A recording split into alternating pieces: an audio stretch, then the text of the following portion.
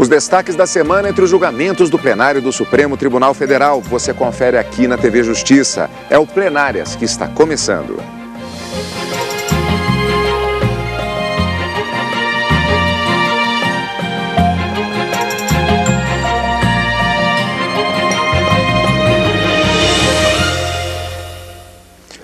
Hoje vamos rever os principais momentos da sessão do dia 2 de maio de 2013, abrindo os trabalhos do mês no plenário do Supremo Tribunal Federal. E aí talvez o telespectador estranhe um pouco, Karina, porque tivemos, na verdade, uma única sessão por conta do feriado do dia 1º de maio, Dia do Trabalho. Portanto, essa sessão ela teve uma característica também, uma grande variedade de temas por conta do fato de que todos ficaram concentrados neste único dia. Normalmente as matérias que são analisadas na quinta-feira são matérias penais, mas nesta quinta-feira, embora houvesse um quórum reduzido no plenário do Supremo Tribunal Federal, nós tivemos a análise de 2 processos, um recebimento ou não de uma denúncia contra um parlamentar federal, que acabou sendo rejeitada, e também uma confirmação do Supremo Tribunal Federal da sua jurisprudência no tocante à desistência numa ação chamada mandado de segurança, se isso é possível com anuência ou sem anuência da parte contrária. Então foram 2 temas de bastante relevância que foram discutidos, embora nós tenhamos tido uma sessão também mais curta, sem intervalo, terminou um pouquinho mais cedo, mas os trabalhos acabaram sendo efetivados e nós tivemos um bom aproveitamento na sessão plenária, embora num único dia, nessa semana, em razão do feriado. Aquela pauta que era bastante eclética, na verdade, ela acabou sendo restrita àquelas matérias penais que estavam previstas justamente para julgamento. E continua na próxima semana, já que há essa metodologia que está sendo adotada, no sentido de que os itens que não foram julgados na sessão anterior, eles vão passando automaticamente em diversas situações para o julgamento da semana seguinte. Outra característica desta sessão plenária é que quem presidiu a sessão única desta semana foi o vice-presidente do Supremo Tribunal Federal, o ministro Ricardo Lewandowski, já que o presidente, ministro Joaquim Barbosa, está na Costa Rica participando da conferência da Unesco sobre liberdade de imprensa. Os ministros rejeitaram denúncia contra o deputado gaúcho José Otávio Germano nesta sessão. Ele era suspeito de participar de um esquema de desvio de dinheiro do Detran do Rio Grande do Sul. Vamos ver o resumo de como foi a sessão na reportagem de Daniela Garcia. No plenário, a defesa de José Otávio Germano apresentou os argumentos para que os ministros não recebessem a denúncia. Entre as alegações, a impossibilidade de seguir com o inquérito porque foram usadas provas ilícitas, quando houve a violação dos sigilos bancário e fiscal do parlamentar. Além disso, segundo o advogado, caberia somente ao Supremo Tribunal Federal investigar o caso, por se tratar de um deputado federal. O que se quer é que não se usurpe do Supremo Tribunal Federal a competência para decidir se separa ou não o processo. Se deixa aqui apenas aqueles que têm foro prerrogativa de função, mas não que o juiz de primeiro grau se antecipe e faça isso, usurpando competência do Supremo. O Procurador-Geral da República se manifestou pelo recebimento da denúncia e destacou: não houve nenhuma irregularidade no processo de investigação. Quando as investigações foram iniciadas, não havia quaisquer indícios da participação do denunciado no esquema criminoso. Tanto que não foram requeridas quaisquer diligências investigatórias, ainda que indireta ou obliquamente relacionadas ao acusado, seja no curso da investigação, seja quando deflagrada a operação policial, nada foi requerido que o atingisse. Ele ressaltou que, por meio do esquema, foram desviados mais de 44 milhões de reais. O voto do ministro Ricardo Lewandowski foi pela rejeição da denúncia, porque o processo deveria ter ido logo para o Supremo Tribunal Federal e não permanecido na Justiça Comum. O ministro Luiz Fux votou pelo recebimento da denúncia. O voto de Fux foi vencido e, por maioria, o plenário rejeitou a denúncia. Lewandowski ressaltou a possibilidade de uma nova denúncia por parte do Ministério Público. Outra questão analisada pelos ministros do STF foi um recurso extraordinário com repercussão geral reconhecida, em que a Pronor Petroquímica questiona uma decisão do STJ, que não aceitou a desistência de um mandado de segurança, mesmo depois da sentença já proferida. Nós temos duas decisões absolutamente conflitantes, uma em que há 3 anos atrás, já tivemos a homologação da desistência desse mandado de segurança. Nós temos hoje um mandado de segurança onde se discute a possibilidade ou não de desistir, e nós temos hoje uma ação ordinária onde já foram produzidas todas as provas necessárias, mas que está suspensa em primeira instância pelo juiz federal em razão desse julgamento aqui de hoje. O relator, ministro Luiz Fux, negou o pedido, assim como Marco Aurélio. Mas, por maioria, o plenário decidiu que é possível desistir de um mandado de segurança após a sentença já lançada. Os argumentos trazidos pela defesa foram aceitos pelos ministros. Um inquérito para apurar supostos crimes praticados pelo então governador do Mato Grosso, Jaime Veríssimo de Campos, e outros acusados, também entrou na pauta de julgamentos desta quinta-feira. Eles teriam desviado verbas da União. O julgamento foi adiado para que os ministros pudessem analisar melhor a questão levantada pelo ministro Celso de Mello quanto a um dispositivo do Código Penal que trata do aumento da pena quando o acusado for governador. E vamos agora, portanto, fatiar os momentos em que os ministros se manifestaram a respeito deste processo após termos visto este panorama geral na reportagem da TV Justiça. Destaque, portanto, em primeiro lugar, na sessão plenária da quinta-feira, sessão única marcada por matéria penal e matéria processual, inquérito 2842, relator ministro Ricardo Lewandowski, Ministério Público Federal versus José Otávio Germano.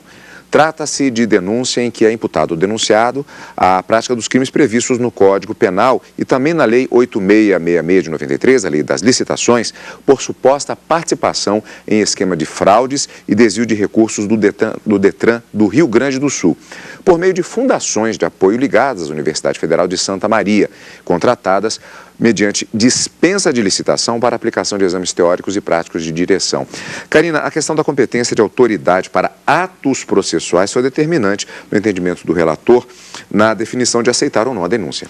O Procurador-Geral da República fez uma sustentação oral onde ele ratificava que não teria havido qualquer irregularidade na fase da investigação processual e que quando efetivamente o processo já estava em andamento e verificou-se que o parlamentar estava supostamente envolvido por conta das interceptações telefônicas, aí sim houve o encaminhamento do processo para o Supremo Tribunal Federal. Mas a defesa entendia que mesmo aquelas investigações que foram realizadas sob o comando de um outro tribunal, que não o Supremo, em razão da condição dele de parlamentar federal, de deputado federal, teria usurpado a competência do Supremo Tribunal Federal. E isso fazia com que todas aquelas investigações acabassem caindo por terra, vamos dizer assim, e que a denúncia, portanto, oferecida não poderia ser recebida, teria que ser rejeitada em razão dessas investigações terem sido conduzidas não sob a autoridade do Supremo Tribunal Federal, mas sim por um juiz federal que não tinha competência. Então, isso foi fundamental e foi decisivo. Uma outra circunstância também que foi alegada à usurpação do Supremo foi em relação ao desmembramento do processo. Por quê? O juiz federal de Santa Maria, quando verificou que havia a presença do deputado federal, ele determinou o desmembramento do processo, fazendo com que a denúncia apenas contra esse parlamentar viesse ao Supremo Tribunal Federal. E nesse ponto, inclusive a defesa argumenta que apenas o Supremo teria autoridade para dizer se o processo deveria ou não ser desmembrado, e não o juiz federal. Então, nesse sentido, houve uma maioria de votos no sentido de rejeitar a denúncia, abrindo sim a possibilidade de que nova denúncia seja proposta contra o parlamentar, mas agora baseado em novas investigações e não aquelas sob o comando de autoridade não competente. Voto do relator, ministro Ricardo Lewandowski. Ainda que os elementos de prova produzidos sob supervisão do juiz federal de Santa Maria possam ter amparado a deflagração da ação penal contra os demais acusados, a usurpação da competência do Supremo Tribunal Federal traz como consequência a inviabilidade de tais documentos operarem sobre a esfera penal do ora denunciado. E aqui vou ler um pequeno trecho de um voto proferido e acolhido pelo plenário na petição 3.825, relatada, sendo relator, na verdade, redator para o acordo, o ministro Gilmar Mendes. Aqui diz o seguinte: entre aspas, a Polícia Federal não está autorizada a abrir de ofício inquérito policial para apurar a conduta de parlamentares federais ou do próprio presidente da República, no caso do STF, no exercício de competência penal originária do STF. Aí citam-se aí os artigos da Constituição. A atividade de supervisão judicial deve ser constitucionalmente desempenhada durante toda a tramitação das investigações, desde a abertura dos procedimentos investigatórios até o eventual oferecimento ou não de denúncia pelo dominus litis. Segunda questão de ordem, ainda, continua o ministro Gilmar Mendes, resolvida no sentido de anular o ato formal de indiciamento promovido pela autoridade policial em face do parlamentar investigado. E aí remete-se ao juiz da segunda vara da seção judiciária do Estado do Mato Grosso para regular a tramitação do feito. Por conseguinte, penso não haver outro caminho senão reconhecer a impossibilidade da utilização dos elementos probatórios constantes do presente inquérito como fundamento da denúncia. Evidentemente, essa conclusão não alcança os demais acusados que não possuem foro por prerrogativa de função. Portanto, com fulcro nas considerações acima, em meu juízo, encontrando-se a denúncia esvaziada de provas ou indícios de materialidade válidos, voto no sentido de rejeitá-la. Isso não significa, evidentemente, qualquer juízo de valor sobre a conduta do ora acusado, e em não havendo a prescrição, pode o Ministério Público, ou melhor, a Procuradoria-Geral da República, reiniciar as investigações contra o acusado, mas agora sob a égide da condução deste Supremo, do inquérito por parte deste Supremo Tribunal Federal. Então, como voto no sentido da rejeição da denúncia. Impedida a ministra Rosa Weber, o primeiro a votar foi o ministro Luiz Fux, que abriu divergência. Vamos ver. Eu estou entendendo que, pelo que pude ler dos autos, que quando muito houve uma captação fortuita de uma informação que foi, então, interligada a outras informações. E alguns aspectos me chamaram a atenção e que me levaram a pensar sobre a adoção normalmente dessa tese que eu tenho de que não se deve receber uma denúncia para facilitar a defesa do réu, porque isso é uma blasfêmia contra a justiça e contra a razão. Mas eu verifiquei aqui, pelo que eu pude notar, que demonstrou-se a existência de fortes indícios de que houve superfaturamento na contratação da FATEC. Verifiquei que há suspeita do envolvimento de diversas pessoas na contratação da FATEC, visando o recebimento por terceiros de 40% do que seria arrecadado. O prejuízo pelo Detran do Rio Grande do Sul é quase 50 milhões de reais. A fraude foi descoberta por meio de uma profunda e reveladora operação da Polícia Federal, do Ministério Público Federal e do Ministério Público junto ao Tribunal de Contas do Rio Grande do Sul, denominada Operação Rodano. O indiciado, na época, era secretário de Segurança Pública, quando, digamos assim, consta dos autos que esse esquema teve o início. E há uma testemunha de nome Laí Fertes que declarou, que uma prova oral, que o secretário de Segurança, o denunciado, à época, estava sabendo da contratação da FATEC e do que isso significava, segundo as suas próprias expressões. O caso narrado no inquérito ensejou uma CPI imensa, publicada nos órgãos de informação, o que reforça a ideia de que efetivamente o ilícito ocorreu. As outras 40 pessoas foram denunciadas e há também aqui informações de contratação de um escritório de advocacia que estaria dentro dessa empreitada e que pertenceria a um amigo de infância do indiciado e ao irmão dele.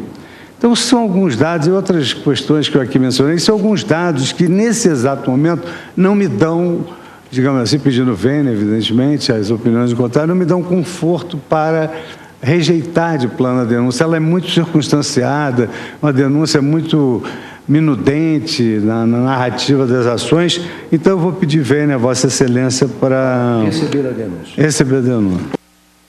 A denúncia foi rejeitada por maioria, vencido o ministro Luiz Fux. No próximo bloco, mais destaques da sessão plenária da quinta-feira aqui em Plenárias. Estamos de volta com Plenárias. Lembrando que esta semana nós tivemos sessão única no plenário do Supremo Tribunal Federal por causa do feriado do Dia 1º de maio, dia do trabalho. A sessão aconteceu na quinta-feira, dia 2 de maio. Outro destaque da sessão, recurso extraordinário 669.367. Relatoria do ministro Luiz Fux. Pronor Petroquímica S.A. versus Comissão de Valores Mobiliários CVM. Um recurso extraordinário contra um acórdão do STJ, o Superior Tribunal de Justiça, que não admitiu ou inadmitiu a desistência do mandato de segurança após sentença de mérito, ainda que favorável ao impetrante, sem a anuência, sem o acordo, a concordância do impetrado.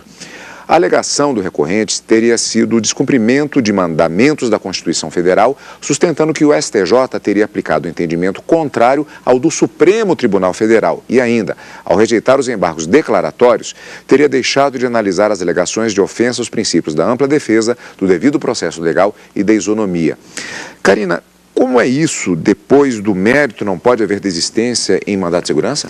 Na verdade, os ministros acabaram reafirmando uma jurisprudência da Corte, no sentido que na ação de mandado de segurança é possível sim haver essa desistência, ao contrário do que se prevê o Código de Processo Civil. O Código de Processo Civil diz que a extinção de um processo sem o julgamento do mérito, e isso está descrito no artigo 267 e no seu parágrafo 4º, a desistência da ação, ela pode ser feita antes da contestação pelo réu numa ação ou depois de contestada, depois que apresentada a resposta pela parte contrária. Se a parte contrária concordar com a desistência, o processo pode ser extinto sem o julgamento do mérito. Os ministros, no entanto, entenderam nesse caso que o mandado de segurança é uma ação constitucional que todo cidadão tem para mover uma ação contra o Estado quando diante de um ato ilegal, um ato arbitrário, e que o Estado não teria essa disponibilidade. Então, o cidadão ele teria a chance, sim, a possibilidade, sim, de desistir do mandado de segurança, mesmo sem que o Estado concordasse, ainda que houvesse uma sentença judicial já proferida no curso desse mandado de segurança.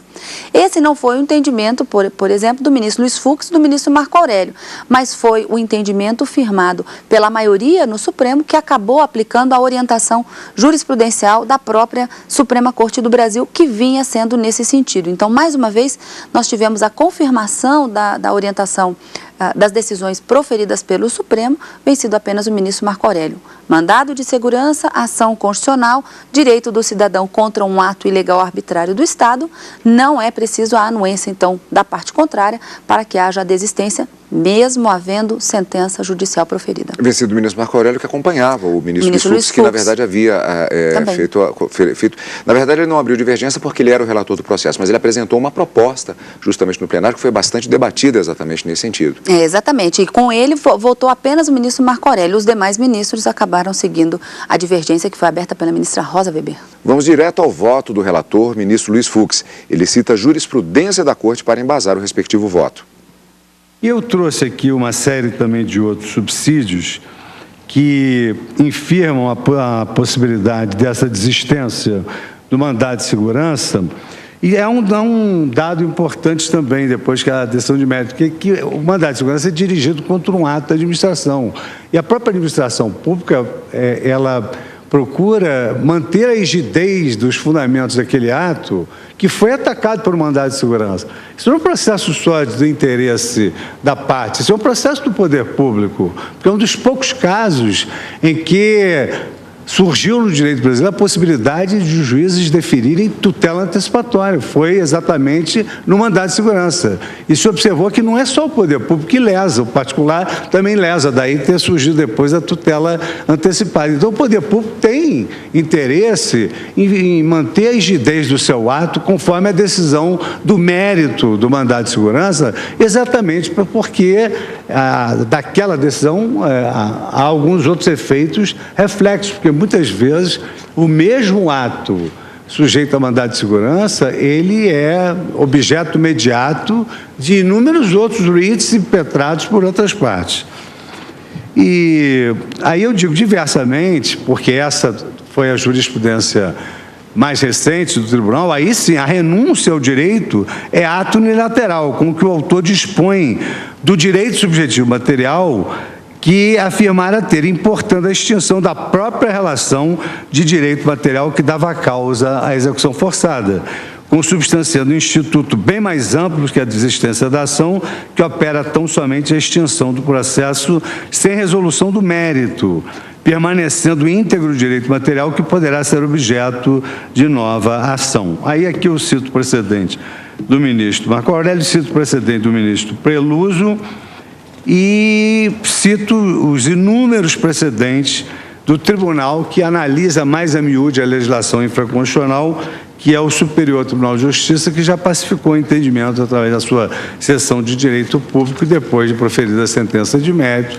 qualquer que seja o seu teor, é inviável que haja a desistência. Por essa razão, senhor presidente, como o tema é de repercussão geral, o que se propõe é que, após a sentença de mérito, não possa haver a desistência do mandado de segurança, máxime depois de já percorrida todas as vias recursais. É a proposta que eu encaminho ao plenário, senhor presidente. Nega provimento ao recurso. Desta vez, a divergência foi da ministra Rosa Weber. Vamos rever. Sem dúvida, os fundamentos trazidos pelo eminente ministro Fux, eles provocam reflexão. Mas eu, com relação ao tema, tenho posição formada e confesso que sempre vislumbrei, como Vossa Excelência acaba de destacar, o mandado de segurança enquanto ação constitucional, como uma ação que se funda num alegado direito líquido e certo, frente a um ato ilegal ou abusivo de autoridade. Não vejo lide em sentido material, controvérsia enquanto tal, talvez por ter uma visão ortodoxa do mandado de segurança. E nessa medida, senhor presidente, eu entendo que deve ser reafirmada a jurisprudência dessa Corte, aplicando o artigo 267, entendendo que o artigo 267, parágrafo 4º do Código de Processo Civil, onde ele diz que se extingue o processo sem resolução do mérito, na hipótese de desistência da ação, mas desde que decorrido o prazo para a resposta haja anuência do réu, eu entendo que essa condicionante, no caso da ação mandamental, não se justifica. Com relação ao artigo 269 do mesmo Código de Processo Civil, no seu inciso 5º, quando diz que se extingue o processo com resolução do mérito na hipótese de renúncia do direito em que se funda a ação, eu, com todo o respeito, não consigo fazer aplicação do preceito ao mandado de segurança como a condicionar o exercício da desistência a esta renúncia, que de certa forma foi aventada pelo eminente relator, na medida que entendo que nada impede que nas vias ordinárias, desde que por óbvio não haja trânsito em julgado da decisão, o direito pode ser discutido, e não necessariamente retirando o embasamento do mandado de segurança. Por isso, senhor presidente, também da mesma forma entendo que eventual má-fé, que aqui não se cogita, né? Não é o caso, estamos só na questão jurídica, mas o eventual má-fé no uso dos instrumentos processuais deve ser usado, deve ser digamos assim, deve ser essa eventual má-fé coibida através do instrumental próprio, e vamos nos valer do próprio Código de Processo Civil para esse efeito. Então, eu reafirmo a jurisprudência da Casa, entendo que a ação do mandado de segurança comporta desistência pelo impetrante a qualquer tempo, independentemente de anuência da parte contrária, presidente. Karina, o ministro Luiz Fux citou jurisprudência, a ministra Rosa Weber também jurisprudência da Corte e em sentidos diferentes. Como é que fica? Sem dúvida. Nós temos, há decisões num sentido ou no outro, mas uma decisão um pouco mais recente, e aí aplicando-se nesse sentido essa jurisprudência que acabou ficando como vencedora nesse dia de julgamento para o entendimento da desistência no caso da ação mandamental, no caso da desistência do mandado de segurança. Então, jurisprudência nos dois sentidos é possível nós verificarmos ao longo da história da Suprema Corte. Mas nesta quinta-feira prevaleceu a orientação no sentido de que é possível sim desistir da ação sem a anuência da parte contrária, em que pese o disposto no Código de Processo Civil, que só poderia haver essa desistência com a anuência da parte contrária. Então, com essa decisão mantida, foi dado provimento ao recurso extraordinário com repercussão geral reconhecida, ficando vencidos o relator ministro Luiz Fux, que aplicava o Código de Processo Civil e que foi seguido pelo ministro Marco Aurélio. Sessão plenária da quinta-feira, houve ainda o julgamento de um recebimento de denúncia. O inquérito 2606, relator ministro Luiz Fux, Ministério Público Federal versus Jaime Veríssimo de Campos e outros. Aqui trata-se de inquérito instaurado para apurar a suposta prática dos delitos tipificados no Código Penal. A denúncia oferecida pela Procuradoria Regional da República da Primeira Região e posteriormente ratificada pelo Procurador-Geral da República, narra que os indiciados teriam desviado verbas da União repassadas por convênio à Secretaria de Saúde do Estado do Mato Grosso, mediante a suposta aquisição de equipamentos materiais superfaturados com dispensa de licitação fora das hipóteses previstas em lei. Nas defesas preliminares, os acusados sustentaram que teria ficado comprovada a situação de emergência que justificaria a dispensa de licitação, bem assim que não haveriam provas quanto ao superfaturamento dos produtos adquiridos. Karina, na verdade o julgamento foi interrompido. Por quê? O ministro, depois do voto do ministro Luiz Fux, o ministro Celso de Mello fez algumas considerações para saber se aplicaria, se deveria ser aplicado ou não o parágrafo 2º do artigo 327 do Código Penal, que trata especificamente de uma causa de aumento de pena quando se tratar de um funcionário público, um servidor público que exerce um cargo de função comissionada, de assessoramento junto a órgão da administração direta, sociedade de economia mista, né, ou um cargo de direção, função de direção, cargo em comissão, assessoramento, como eu disse. Nesse caso, se o crime tivesse sido praticado por essas pessoas, haveria a incidência de uma causa de aumento de pena, de acordo com o 327, parágrafo 2º do Código Penal. No entanto, o ministro Celso de Mello trouxe também à tona uma jurisprudência, um entendimento do Supremo, que foi bastante apertado por 6 votos a 5. A Suprema Corte entendeu que essa causa de aumento de pena não seria aplicado quando se tratasse de um suposto acusado, né, que fosse detentor de mandato eletivo, de um governador, um prefeito, inclusive. E, nesse sentido, o levantamento da questão é fundamental para a Corte decidir se aplica-se ou não, já que o acusado aqui era governador à época, porque, implicando a causa de aumento, poderá não ocorrer a prescrição do crime pelo qual ele está sendo acusado.